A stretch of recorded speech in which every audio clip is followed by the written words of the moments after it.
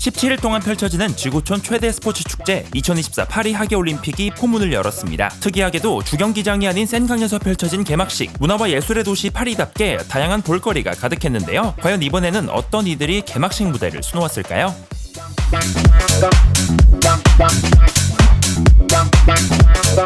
사상 최초로 주경기장이 아닌 곳에서 펼쳐진 개막식. 각국의 선수들은 트랙이 아닌 센강에서 배를 타고 입장했습니다. 그리고 가장 먼저 등장한 아티스트, 분홍색 깃털과 등장한 레이디 가가였는데요. 프랑스 가수 지지 장메르의 1961년 노래 깃털로 만든 내 것을 재해석했습니다. 이 노래는 장메르가 1965년 에드 설리반 쇼에서 부른 후 유명세를 탔죠. 마치 한편의 뮤지컬 같은 가가의 무대, 자유로운 파리의 분위기와 함께 직접 피아노 연주까지 소화하며 관중들의 박수갈채를 받았는데요. 가가는 무대 직후 프랑스 사람은 아니지만 프랑스 음악과 예술에 항상 유대감을 느껴왔다고 밝혔습니다. 또한 감격스러운 올림픽 첫 무대와 함께 기억에 남을 만한 무대를 만들고 싶었다고 전했죠. 오프닝의 주인공은 가가였다면 데미를 장식한 건 레전드 디바 셀린 디온이었습니다. 성화가 점화된 이후 엔딩을 향해 가는 개막식. 에펠탑에 올라선 셀린 디온은 20세기 최고의 프랑스 가수인 에디트 피아프의 명곡 사랑의 찬가를 불렀는데요. 그랜드 피아노 옆에선 은색 드레스 차림의 셀린 디온은 디바의 완벽한 복귀를 알렸습니다. 절정으로 치닫는 분위기와 함께 셀린 디온은 호소력 짙은 가창력을 선보였죠. 2년간 희귀병 투병 생활을 겪었던 셀린 디온은 가수로서의 복귀마저 불투명한 상황이었는데요. 하지만 긴 시간 치료와 재활을 통해 결연한 의지를 드러내왔고 마침내 파리의 랜드마크 에펠탑에서 디바의 완벽한 재기를 신고했죠. 비에 흠뻑 젖은 관객들의 기립박수는 물론 외신들의 극찬이 이어졌습니다.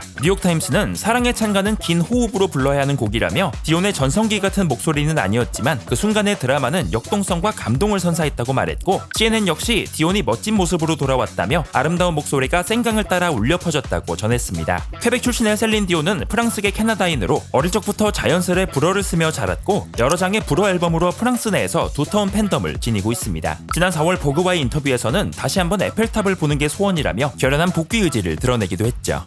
이번 파리 올림픽과 함께한 뮤지션들은 또 누가 있었을까요? 가장 먼저 성화봉송의 주인공 스눕독이었습니다. 성화봉송의 마지막 구간, 스눕독은 성화를 들고 생드니의 거리를 가로질렀는데요. 스눕독은 주위를 둘러싼 팬들에게 반가운 인사를 건네기도 했습니다. 스눕독은 미국 방송사 NBC에서도 특별 리포터로 활약할 예정이죠. 개막식 현장에도 수많은 스타들이 자리했습니다. 아리아나 그란데는 배우 신시아 에리보와 함께 등장, 오는 11월 개봉을 앞둔 영화 위키드의 복장으로 모습을 드러냈죠. 음악 천재 존 레전드 역시 함께했습니다. 배우자인 크리시 타이겐 그리고 두 자녀와 함께 파리 현장을 찾았죠. 그리고 개막식 하루 전 루이비통 재단이 주최하는 올림픽 전야제도 있었는데요. 이곳에는 루이비통의 디렉터 퍼렐 윌리엄스, 라틴팝 슈퍼스타 로살리아, 대세가 된 물의 여신 타일라, 롤링스톤스의 아이콘 믹 제거도 만나볼 수 있었습니다. 또 이번 올림픽에서 미국 대표팀은 무려 4개 대회 연속 1위를 노리고 있는데요. 대표팀을 응원하기 위해 슈퍼스타 비욘세가 나섰습니다. 성조기 의상을 입은 비욘세는 이번 대표팀의 선수들을 하나씩 소개하며 선전을 기원했죠. 마지막으로 이번 올림픽 주제가는 그웬 스테파니와 앤더슨 팩이 맡게 되었는데요.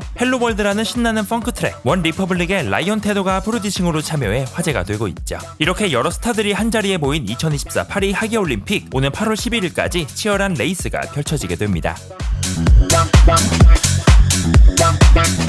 올 상반기를 뜨겁게 달군 켄드릭 라마와 드레이크의 디스전, 그리고 이번에는 여성 래퍼들 간의 디스전이 조짐을 보이고 있습니다. 지난주 데뷔 앨범을 발표한 아이스 스파이스, 이중 비비벨트라는 트랙이 화두에 올랐는데요. 상대의 성형수술과 외모를 지적하는 가사부터 상대의 폼이 떨어졌다며 이제 그 자리는 자신의 것이라는 가사, 상대의 남자까지 뺏었다는 내용까지 라이벌을 향한 거센 공격을 퍼부었죠. 그리고 정황상 이 가사의 대상은 카디비라는 추측이 일고 있습니다. 바로 두 사람의 불편한 기류가 예전부터 이어졌기 때문인데요. 작년 10월경 카디비는 아이스 스파이스를 디스하는 트윗에 좋아요를 누르기도 했습니다. 아이스 스파이스가 대세 여성 래퍼로 떠오르면서 카디비가 자리를 뺏겼다는 여론이 형성됐기 때문이죠. 또 올해 3월 발표된 카디비의 신곡 이너프에서는 자신의 적들이 모두 한편이 되었다라는 가사가 등장하는데요. 이 가사에 맞춰 등장하는 뮤비 속 장면은 마치 아이스 스파이스의 앨범 커버를 떠올리게 했습니다. 더불어 래퍼 아이스 스파이스는 니키 미나즈와 두 차례나 콜라보를 가지며 대히트를 기록한 바 있는데요. 니키 미나즈와 사이가 틀어진 카디비에게 아이스 스파이스 역시 눈엣 가시로 보일 수밖에 없었죠. 결국 얼마 전 카디비는 분노의 트윗을 남겼는데요. 시간을 충분히 주었음에도 자신의 모든 것을 따라올 수 없다며 자신은 경쟁이라는 생각조차 하지 않는다고 말했습니다. 또한 자신의 앨범으로 모든 걸 복수하겠다며 결연한 의지까지 드러냈죠. 두 사람은 지난 4월경 한 파티장에서 함께 사진을 찍으며 불화설을 부정하기도 했는데요. 불과 3개월 만에 다시 불거진 두 사람 간의 불편한 기류. 과연 카디비는 어떤 음악으로 답장을 전하게 될까요?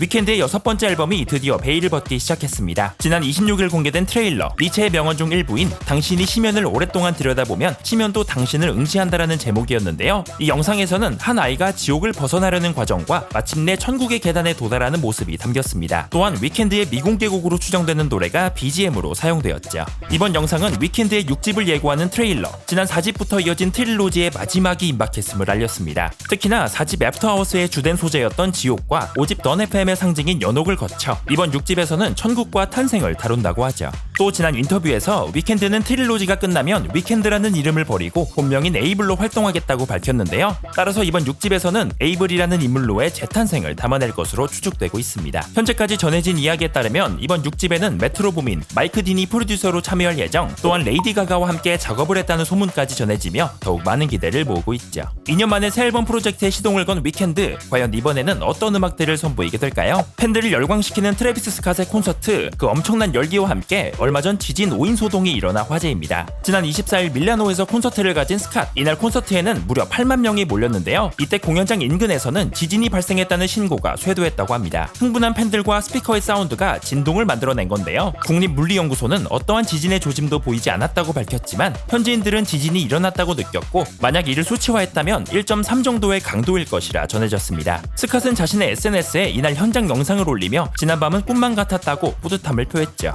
스캇의 콘서트에서 지진 5인 소동이 발생한 건 이번이 처음은 아닙니다. 작년 6월 밀라노 공연과 8월 로마 공연에서도 진동이 느껴진다는 신고가 접수된 바 있죠. 한편 스캇의 키르쿠스 막시무스 투어는 8월 초 유럽 투어를 마치고 9월부터 남미와 오세아니아 지역을 순회할 예정입니다.